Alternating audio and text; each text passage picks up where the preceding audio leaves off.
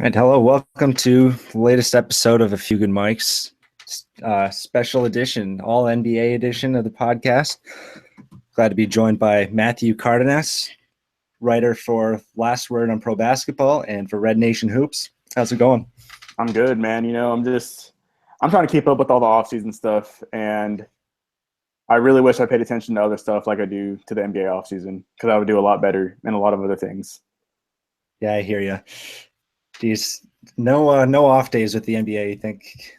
There really isn't. Maybe we had a week off from the finals, and it wasn't even a week. Maybe 4 days after, we were already starting to hear rumors.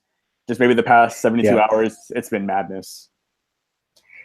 I mean, we got the first trade of the offseason with the picks, Boston and Philly, and then we just get loaded with news about the Cavs and Butler and Paul George. But let's start with the Cleveland Cavaliers. They decide not to bring back the GM David Griffin. LeBron loved the moves that he made and want to know what you think, if this has anything to do with his future, if he ends up, is this the start of what makes him end up leaving after next season?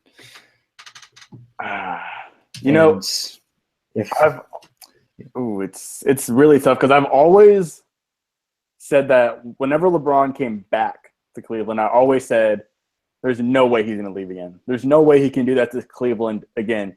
Even though, to be fair, Cleveland doesn't even really deserve him because of how they handled when he left. I don't think they deserve him. They don't deserve a team like that, but it was in his power to come home. And he came back, and I said he signed the extension last summer, and I said, there's no way he's gonna leave. I'm still standing by the belief that LeBron is not going to leave Cleveland, but I think the fact that they lost David Griffin, it's probably the least confident I felt about that belief. Yeah, I've actually been on the other side of that. I think, after they won the title, I think he's set. Like, he can leave and then just Cleveland would – I don't think the fans would really have much to say because he brought their first title in 60 years to the city of Cleveland. And if he would have left without bringing them a title, it'd be different. But I think he I wouldn't have a problem with him leaving. I mean, I'm not a Cavs fan, but still, I didn't like when he left or how he left the first time. And yeah, with the GM leaving, I know they plan on bringing Chauncey Billups in, but this is just I think it is the setup for him leaving. Like Dan Gilbert already screwing things up. I mean, Dan Gilbert screwed things up when LeBron left because he was the one who wrote the letter bashing LeBron, basically bashing his entire brand, his family. So to be honest, LeBron owes nothing to Dan Gilbert. Dan Gilbert's just been awful handling things because the reason that the Cavs have the team that they had for the past 3 years is because of David Griffin. David Griffin was the one who managed to get Kevin Love. He managed to get Iman Shumpert, J.R. Smith, Channing Frye, Richard Jefferson, Kyle Korver. The list goes on and on. He gave LeBron everything he wants. Yeah. Even throughout the entire season, LeBron kept advocating for David Griffin to get the extension to stay in Cleveland because Griffin's easily one of the best GMs in the NBA. He's done an excellent job. And to be honest, and to be the GM of a team that has LeBron James on it isn't easy because you basically have to listen to LeBron. Whatever LeBron wants, he gets to some degree. And LeBron even tweeted out last night, even if nobody appreciated you, Griffin, I did. And we all know that was shade thrown at Dan Gilbert. Oh, yeah, no doubt. No doubt. And and even when you're doing well, no one's going to give you any credit. You just say, it's just LeBron pulling the strings. Exactly. So, I mean, I don't think Griffin shouldn't be without a job for long. I mean, there aren't any GM openings anymore, but I don't know. I could see the next landing spot. It would be interesting if Jerry West comes, he's in with the Clippers now.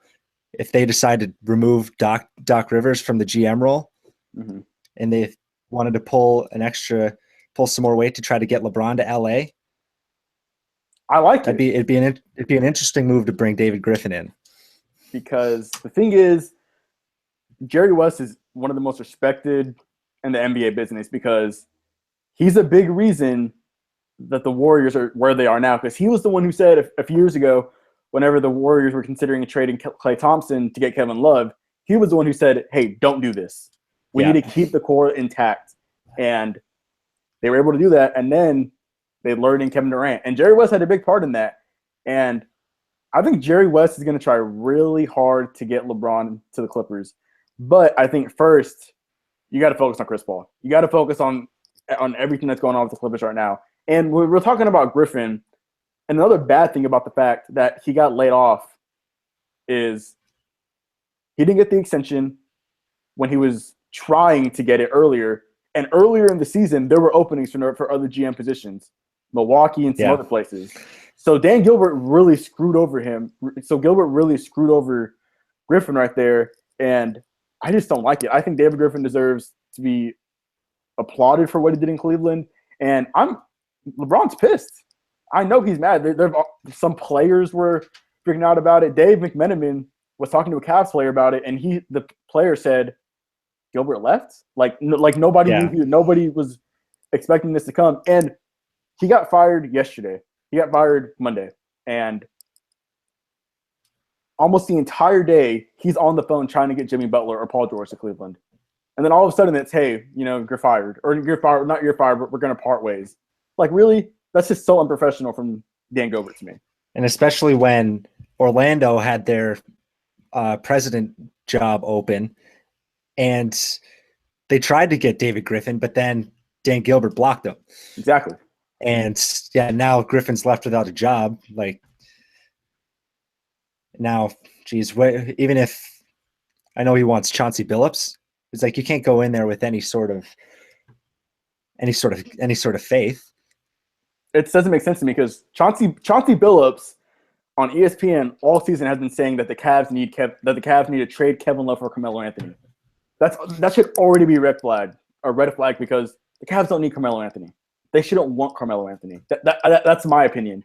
If I'm Cleveland, I'm locking in on Jimmy Butler or Paul George, preferably Paul George. But no, if Chauncey Billups comes in, they're going to have to go through Melo. They're going to have to go get Melo, and that makes no sense to me. Yeah, I mean, even on the Olympic team, when all the stars, Melo has to be the number one option for him. Exactly. So, what makes you think he's going to – I mean, yeah, he's not going to come off the bench or anything, even if they just get Melo without trading Kevin Love somehow. But to be fair, I think if you put Melo in Cleveland, I think it could change his mindset a little bit. It'll change because he already has great work ethic. He works every single day off. He works every day in the off season. I think his work ethic is fine. But his little lackadaisical in New York. He knows they're not a good team. He knows they're not going to make the playoffs. They're going to be lottery bound. But I think if you get him to Cleveland, it could maybe change him a little bit because we've seen players get traded to winning teams and their habits completely change. Their efforts increase. So I don't think they should try to get Melo in New York. I mean, in Cleveland, but it could work out. We don't know. If I'm them, I'm going for Paul George or Jimmy Butler. Jimmy Butler's actually pushing the Bulls to trade into Cleveland right now because he's been in contact with LeBron and Kyrie. He's already close with Kyrie. And, I mean, I don't really see Jimmy Butler fitting in Cleveland, but I think the Cavs can make it work if he gets there. Yeah, I'd agree. I would go for Paul George too, just because he's better, like off the ball. Exactly. Catch and shoot guy. That's the biggest difference between George and Butler. Because for Butler to be good, he needs the ball in his hands at all times. We see it in Chicago right now. And in Indy, Paul George has already proven that he can lead a team. He led Indiana to 2 conference finals back-to-back, 2013, 2014. And now, if he goes to Cleveland, he'll get a lot of catch-and-shoot opportunities. And I think the biggest thing that you get from Paul George is somebody can guard on the wing. Somebody can guard Kevin Durant, assuming we get Cavs Warriors again next year. Paul George can guard Kevin Durant. I mean, nobody can really guard Kevin Durant, but it's just he'll make it harder for him. And it takes so much pressure off LeBron. Like, you saw how tired he was in the late in games. And like, if he doesn't have to guard Kevin Durant, the whole game, then just how that probably gets him another game or two. Exactly. But my thing is, if you're the other teams, like if you're Chicago or Indiana, why would you want to trade Jimmy Butler or Paul George for Kevin Love? That doesn't make sense to me. I would, like, if they could get a third team in there to try to get like let's say if you wanted to try to get Boston to come in and get a bunch of picks, that would make sense. But if they were just going Jimmy Butler for Kevin Love and then maybe like because they don't have any picks until at least like 2020. Yeah. So there's not much value that you're going to get from Cleveland.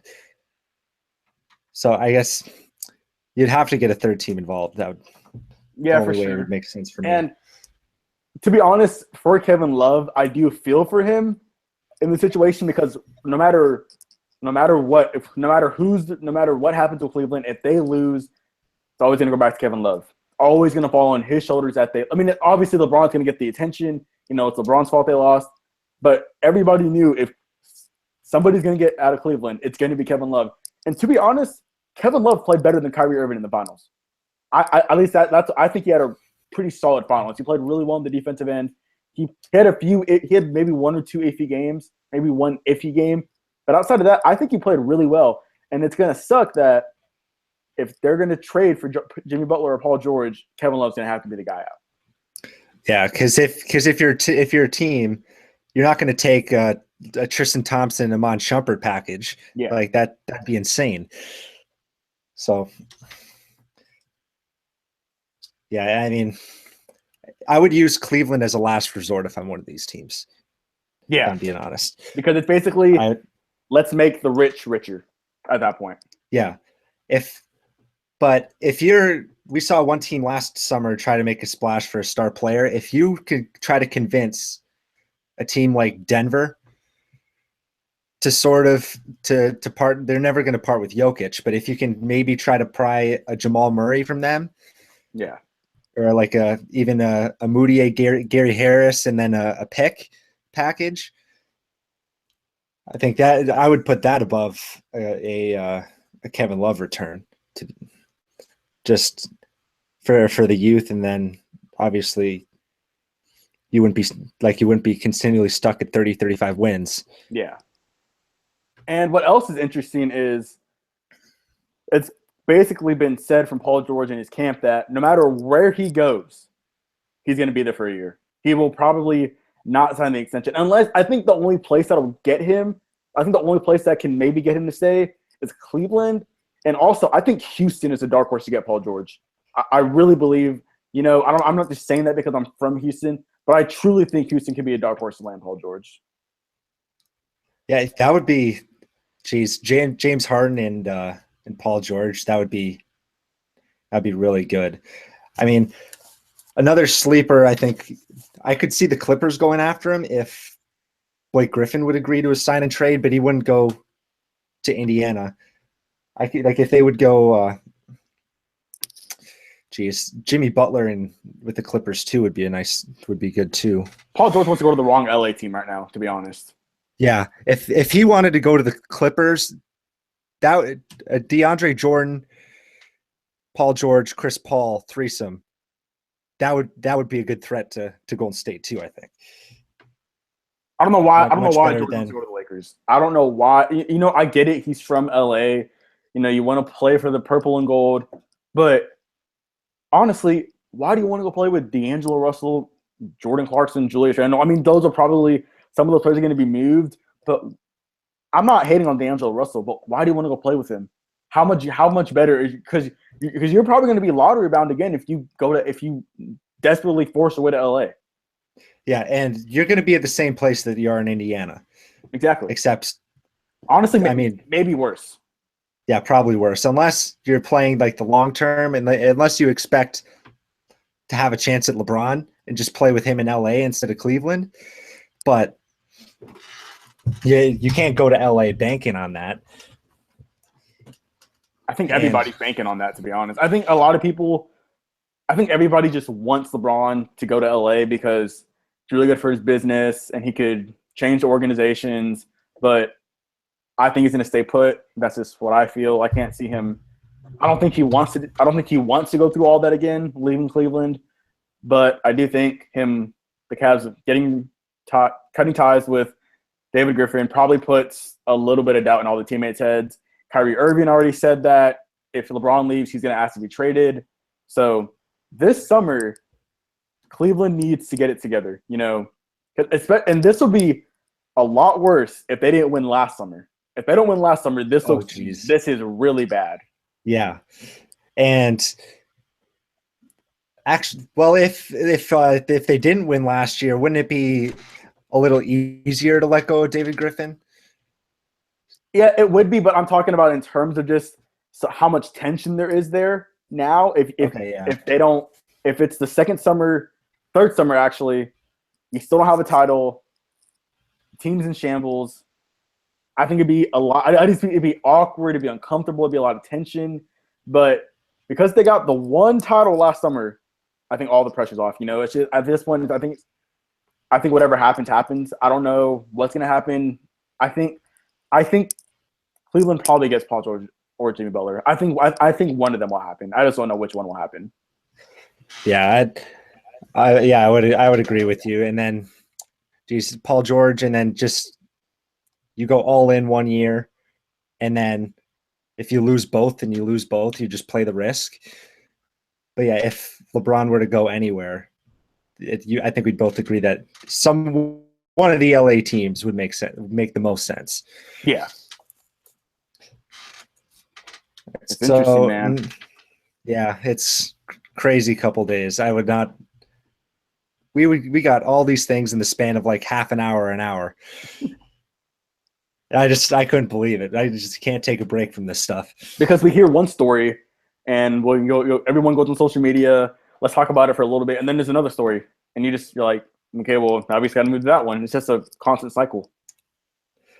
And then we come up this morning to probably the craziest rumor is that it might be looking to trade Porzingis, which I find completely insane. And Melo, I get. I don't like how he's trashing him in the media and all that, but gosh, Porzingis, like, he is the guy that you got to build around, and that he's your future. And to be able to, just because he skipped a meeting, I don't get it. It's really bad because it came out early today that if you like an hour or so after the report, it came out that also Porzingis hasn't even talked. The Knicks haven't even talked with him since he decided to not be at his meeting. Mm-hmm. And look, Phil Jackson has been awful in New York. It has been a train wreck. Everything that's going on with Melo and now Porzingis. He signed Joakim Noah to a $72 million contract. You don't even know what's going to happen with Derrick Rose at this point. It's just this is such a Knicks thing that's going on right now. Ever since, like, the Knicks haven't been in the playoffs in 4 or 5 years. And, just trade Melo. Just get him a good enough trade to make him waive his no trade clause. Because why? Because I don't understand why you want to keep Melo and you just want to mess with Melo and keep him and not even try to get him a trade. But you want to trade Kristaps. You want to trade your centerpiece for the future. Because Melo's what, 32, 33? I think so. And it just makes no sense to me. Kristaps is good. He's a really good player. He has a great potential to be in this league. It's only going to be his third year in the league. So why trade him? But to be fair, I wouldn't blame Kristaps if he says, "Get me out of here." I would not blame him for sure. I mean, I've been on the fire Phil Jackson train for a good 2 years now. Cause just based mostly off of the way he's handled Melo. And geez, the Joakim Noah contract, that might be worse than anything Isaiah Thomas ever did. Yeah. Because you knew he was done. He barely played the last season in Chicago. And now he's hurt, and then he's suspended he did get suspended for a part of next season, right? Yeah, and then the thing is, so Melo almost went to the Bulls. What was it? 2 years ago he almost went to the Bulls? Yeah. So He almost goes to the Bulls when the Bulls were still really good, and you had a really good chance you're going to be a contender. So what we got from the Knicks last season was like the washed up version of what the Bulls were going to be if they had gotten together 2 years ago. Yeah, I actually haven't thought of that. I just been thinking of the Knicks trying to recreate the 2010 Bulls in 2016. Exactly. That's literally what they're doing. It's an all-star team from like 2011. Just not the same. Yeah. And geez, I know Rose wants to go back even for a pay cut, but geez, a pay cut to him might be 20 million. Derrick Rose is, I feel for the guy. He had a promising career ahead of him after winning MVP. It's crazy to think that was 6 years ago he won MVP. And ever since then, it's just been downhill for him. His knees can't get it together. He'll have a few games in the season where he looks like MVP Rose, but just overall, it's not good. His explosiveness will never be the same. His jumper's never been great.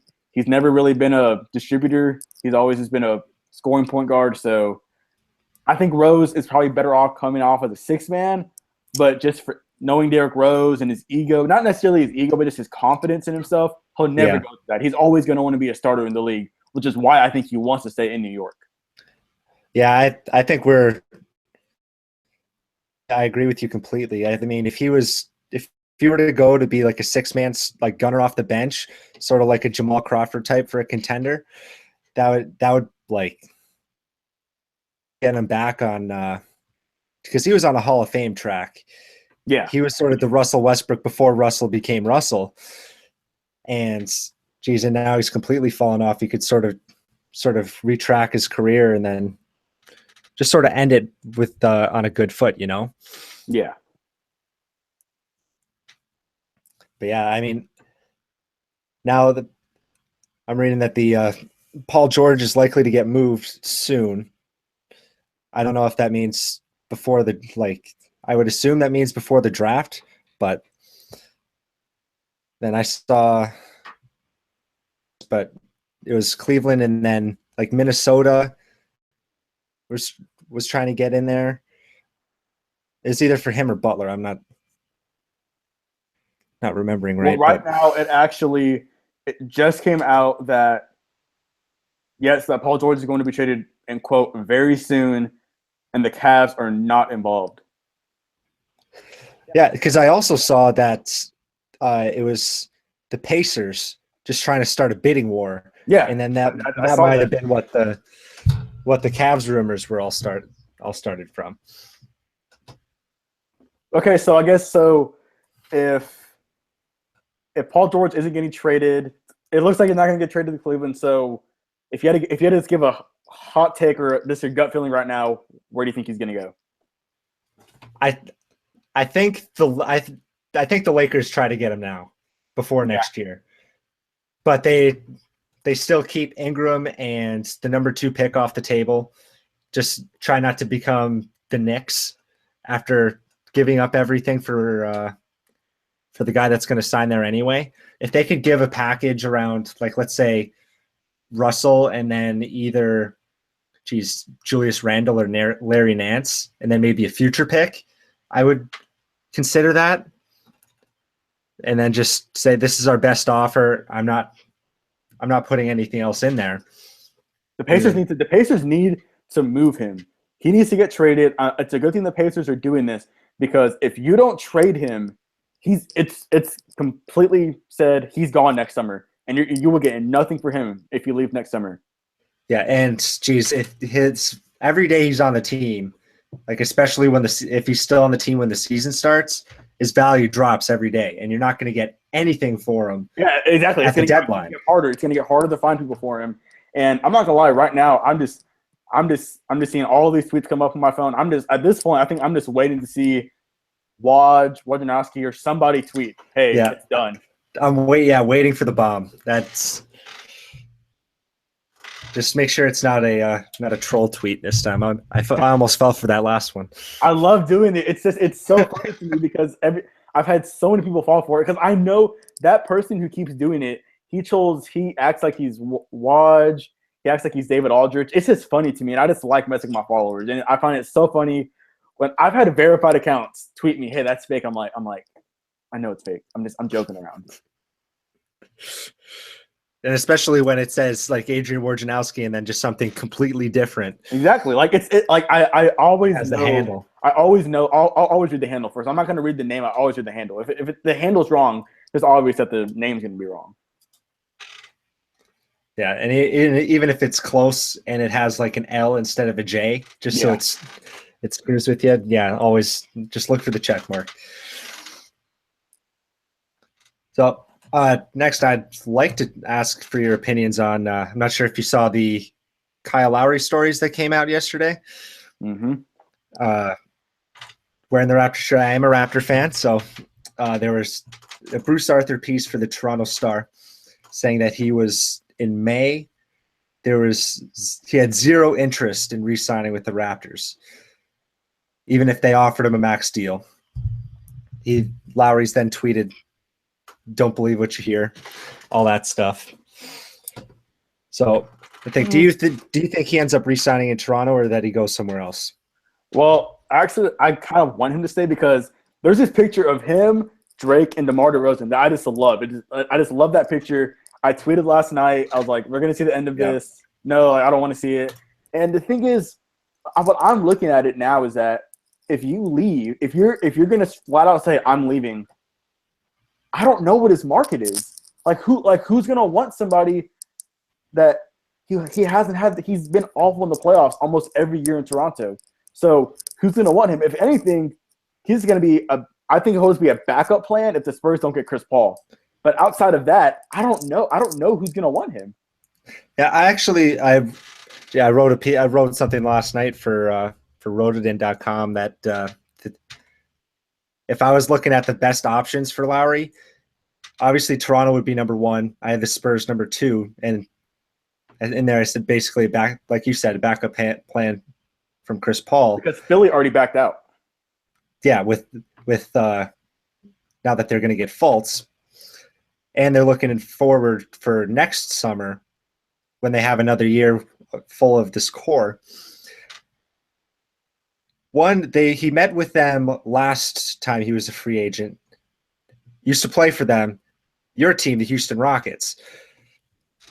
If they miss out, if they don't trade for Paul George, if they end up, the rumors are true and they end up moving Patrick Beverley, they'll need a point guard, and they're going to have room for a player. I don't want that. So to be honest, I don't want it. Like, really, just, Patrick Beverley has done a lot for Houston. I think Beverley is the perfect player to put along James Harden because he doesn't need the ball in his hands to do what he needs to do. He moves without the ball. He'll get open on the three. He'll finish at the rim. He can defend the other team's point guard instead of Harden doing it. And look, the Rockets want Chris Paul or Paul George. And in my opinion, look, I get it. Chris Paul and James Harden could be really good together. I think they could find a way to make it work. But I think Harden could move to the two, and I think he could get back to playing off ball. But Trevor Ariza is getting older, and you need a good wing player. That's why I think Houston should go all in on Paul George. Don't go too hard on Chris Paul. Just go all in for Paul George. That's what I would do. Yeah, and I don't think even if they tried to do something with Ariza, I don't think I like Sam Decker. He's too young. But yeah, he's not ready to fill in for the starting role on a contender. Not yet. Maybe another year or two down the line he might be. But back to Lowry, just, they always say don't listen to what you hear. But if it got out to the media, it got out there for a reason.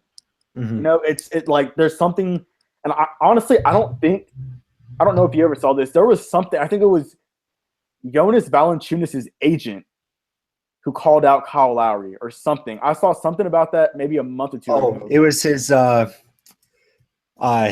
Lithuania coach. Yeah, that's who it was. And he was saying Valanciunas doesn't get the ball because he said, you have a fat point guard who's not going to pass the ball. And I don't know. I think Toronto to some degree is kind of fed up with Kyle Lowry because, they're trying to tell him, you're our point guard. And it's just so weird to me how the Raptors got Serge Ibaka and PJ Tucker at the deadline, and they had a worse season than the year before. That made no sense to me. Yeah. I mean, geez, it all comes down to the playoff performances of Lowry. He was a no-show again, and I mean, say what you want about DeMar and the way he plays, like even if he has a bad game, he'll still when he didn't have a field goal, he came back with almost 40 points the next game.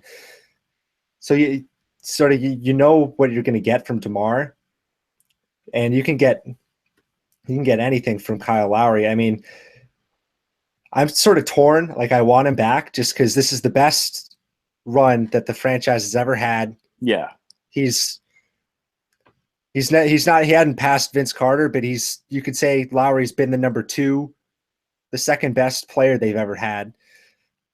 And even if they bring him back just to trade him in 6 months, I'd be fine with that, just so you can get something for him. But even if he left, I as long as they don't go into a tank, I would be fine with that too, just because I like Corey Joseph, and I think DeLon Wright's going to come up.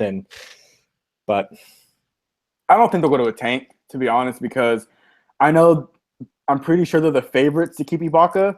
And I think Ibaka played decently in Toronto for only a few amount of months. And I think maybe get the full training camp under his belt, or maybe get back to how it used to be. And you got DeMar there locked up for the long term. I think he has 4 more years left on his deal. Yeah, just signed a 5-year deal. So I think Toronto will be okay. I think if you have Lowry, if you lose him, I think you can replace him. I think he's easily replaceable because, look, in a 7-game series, you're going to get maybe 1, maybe 2 good games out of Kyle Lowry. And it's just yet you're going to have to get to the point where your front office has to sit down and say, we can't keep hoping that maybe 1 year he's going to break in the playoffs, because it's been what, 4 years? 4 years. He's been bad in the playoffs. Yeah. So yeah, that's why I could go either way. I'd be fine with either option. I've sort of gotten around to the idea of the Raptors without Kyle Lowry, and I think, DeMar has gotten better as a playmaker, especially the second half this last year. And if Lowry isn't there, maybe the ball ends up moving around more. I don't know. He is a little ball dominant. He is, and the difference between Lowry and DeRozan is if Lowry's not scoring, he's not getting to the free throw line, anything like that. But if DeMar's not even scoring, he's staying aggressive at least, and he'll get to the free throw line, and he'll try to just find a rhythm at the line. Because he'll have games where he maybe has 2 field goals in the game, but he has maybe 10, 12 free throws in the game. Yeah, exactly. And yeah, I think it might be another addition by subtraction move. Like, I don't want to compare Kyle Lowry to Rudy Gay, but it's just the sort of similar situation where you let him go, and then maybe other guys step up, and then it's just a better free flowing game. Like they're gonna want. That's what they're gonna want to do next year. Mm-hmm. And maybe almost every team that Rudy Gay has left got better. Yeah, I mean, geez, Rudy Gay should have been the sort of he had all the tools to be a top 5 player. Mm-hmm. He should have been good, but didn't want it. Injuries kind of get in the way of it, so it's whatever. Yeah. Last, have you been paying much attention to the draft and the prospects in that? Honestly, I don't really watch any college basketball. I've just never really gotten into it. But I know that everybody's saying this is one of the best drafts we had. That this is arguably the best draft since 2003 when they had LeBron, Melo, Wade, Bosh. And look, this draft, I haven't seen much of it. I haven't seen much of the players. I've never seen Markelle Fultz or Lonzo Ball play. But from everything I've heard about them, I've heard that these guys can legit come in and do work immediately. And I think we're headed for a draft where we don't know who's going to draft to. I think the only pick that we know right now is Fultz to Philly. I think that's legitimately all we can say right now. I don't think it's a guarantee that Lonzo goes to LA. It's probably going to happen, but I don't think it's a full-on guarantee. I hope they don't trade him, because I want to see the LeVar's face. So do I. The same way. Gosh, that would be TV gold right there. But yeah, then, geez, yeah, the Lakers, they're likely to take Lonzo, but you could see them taking like a Josh Jackson or a Tatum or hell, even De'Aaron Fox. And you could They're trying to trade. They're trying to trade. They're currently shopping D'Angelo Russell because they want to get another top 12 pick. So that'll be fun.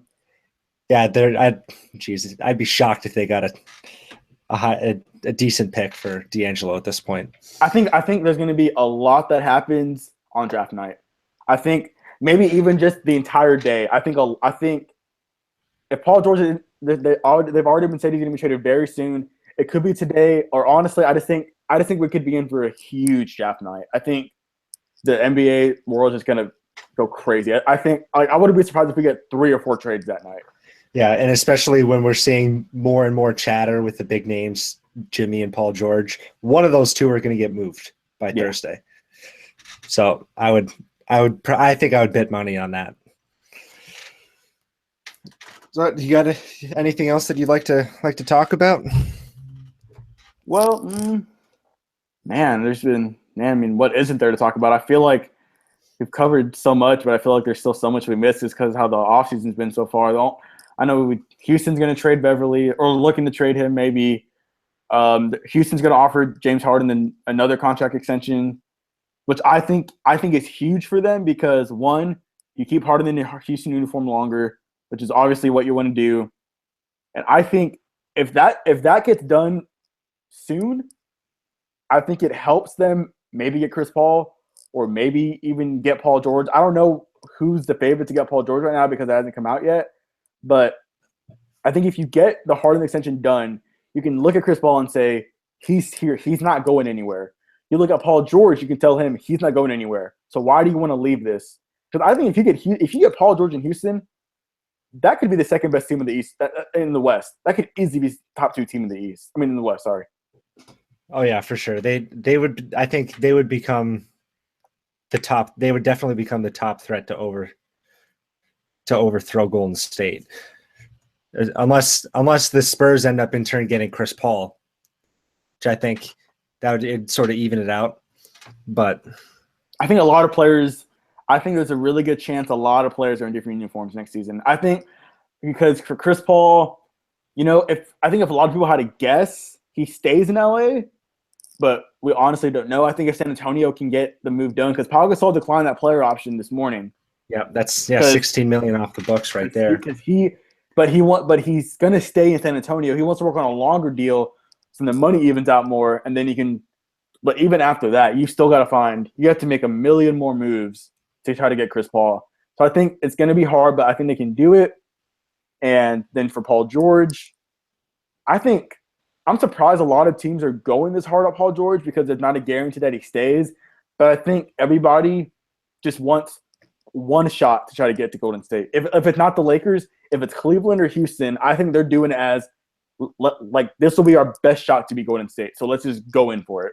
Yeah, and especially when you have a full year to try to convince him to stay. And let's say you come close. I think Cleveland can get him to stay because if you have LeBron there, LeBron's one of the best leaders and nobody's ever left LeBron because I don't see why anybody would want to leave that situation playing with LeBron and Kyrie because I think LeBron, Kyrie, Paul George. I don't know if they can beat Golden State, but they would come pretty damn close to beating them. Yeah, I think so too. And geez, we didn't even talk about. I expect Blake Griffin to be in a different uniform too. There's so many players that are going to be moved, traded, might sign elsewhere.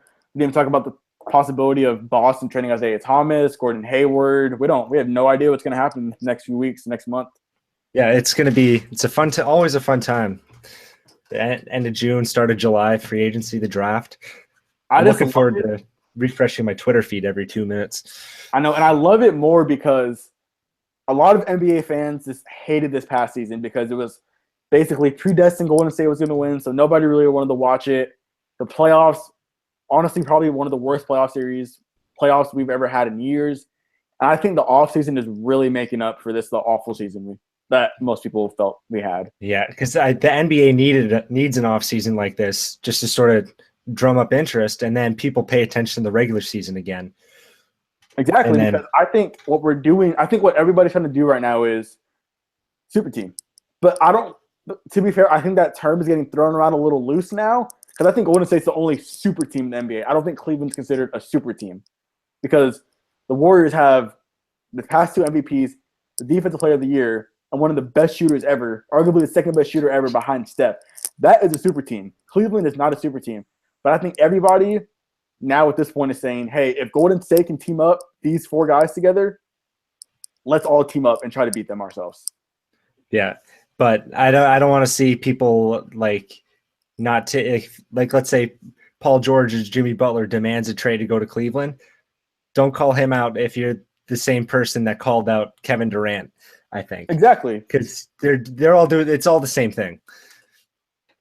All they're doing is try to win at all costs is what the name of the game is now. So because the thing is, the media and NBA Twitter, just NBA fans in general, they always mention rings. So why are you going to blame Kevin Durant for going to get a ring when at the end of the day he could finish a career with no rings and everybody will look at his resume, the scoring titles, MVPs, All-Star games, first team, second team, third team All-NBA, but everybody's going to say you didn't get a ring. So then why do you want to shame him for making this move? And we saw the best Kevin Durant we've ever seen. Yeah, he was clearly the best player on the court in the finals. And I wrote about this too, the sort of ring culture, the no rings culture that fans have created. Like, how many people trash Charles Barkley? Is he less of a Hall of Famer? Is John Stockton or Steve Nash worse of players because they didn't win a ring? And then what if Kevin Durant had stayed in OKC and then maybe Russell Westbrook leaves in 2 years? Exactly. Like, are you really going to respect Kevin Durant more? It's like, what if you went to Boston instead? Like, still. For me personally, it just makes – look, I get it. Loyalty's cool. I get it. I get that it's cool that Duncan, Dirk, Kobe stayed with their franchises forever. I liked it. It's cool to see. But at the end of the day, these guys are NBA players. This is their job. And they're trying to do what's going to help them win. They're doing what is best for them. The best move for Kevin Durant was to go to Golden State. Because, Boston would have been fun, but, him and Isaiah Thomas, I don't know if that's going to win you a title. If anything, it probably has a less chance maybe because Oklahoma City was better than Boston. Because, I get it. Maybe I get it. It would have been cool to see Kevin Durant stay because they got Oladipo, and that could have been fun to watch. But I think, for me, I never thought him and Westbrook were going to be able to get a ring together because I just thought their games were a little too different. And it's best that they're separate because Kevin Durant had his best season ever. He got what he wanted. He got more open shots, better ball movement. Because Kevin Durant's just a good – he's not just a good scorer. He's a good basketball player. He's a good rebounder. He's a good distributor. We saw all that on full display this season. And we let Russell be Russell when he averaged a triple-double. And Oklahoma City was bouncing 5 games in the first round. So it was clear that Kevin Durant made the right move. Yeah, he wasn't going to go back to OKC, like any way you look at it, just because of Russell Westbrook, I think. And just it's great. It was cool to see Russell average triple-double. We haven't seen that since Robertson. It was cool to see, but we saw why Kevin Durant wanted to leave him because the thing for me with Russell is that it doesn't make people better. Victor Oladipo had the same amount of shots as his same amount of points and shots as he did in Orlando. Because I thought Oladipo was going to skyrocket as a player. I thought it was going to be a good breakout year for him. Steven Adams didn't really improve. And I don't think Russell has enough trust in his teammates. So it's just, I think Westbrook's great. I think it's a great story. But he'll never play with a player as good as Kevin Durant ever. He had a chance to play with Kevin Durant for the rest of his career. They could have. Even though I never thought they could have won a title, they could have won a title. It was obvious they were up 3-1 on Golden State. Yeah, they could have won the title. I get Kevin Durant was kind of the reason they lost, but they could have won a title. They showed they were capable of doing it, but it just didn't happen. And now Durant has the ring, and Russell doesn't. So this is kind of how it goes. Yeah, and I don't think it's a guarantee that Westbrook stays in OKC either. Everybody knows he wants to go to LA at some point. Yeah, so Paul George and Russell Westbrook as a Laker. 2020, it'll happen. Yeah, so I don't know. I think we might have to leave it there if there's a lot of good conversation, a lot of good stuff covered. I think we're good. Yeah, it's good having you on. That's for sure. Man, thank you for having me. You got anything coming out soon that we should look out for? I was gonna work on a piece about Paul George trade destinations, but that'll probably be done in the next few days. I'll probably mainly just on Twitter. I'll just be breaking a lot of stuff. So just follow me on Twitter. Just try to find what I'm looking for. I'm always on Twitter trying to reach out with followers, break news, conversate. So yeah, that's mainly what I'll be doing. I'll be staying on Twitter a lot.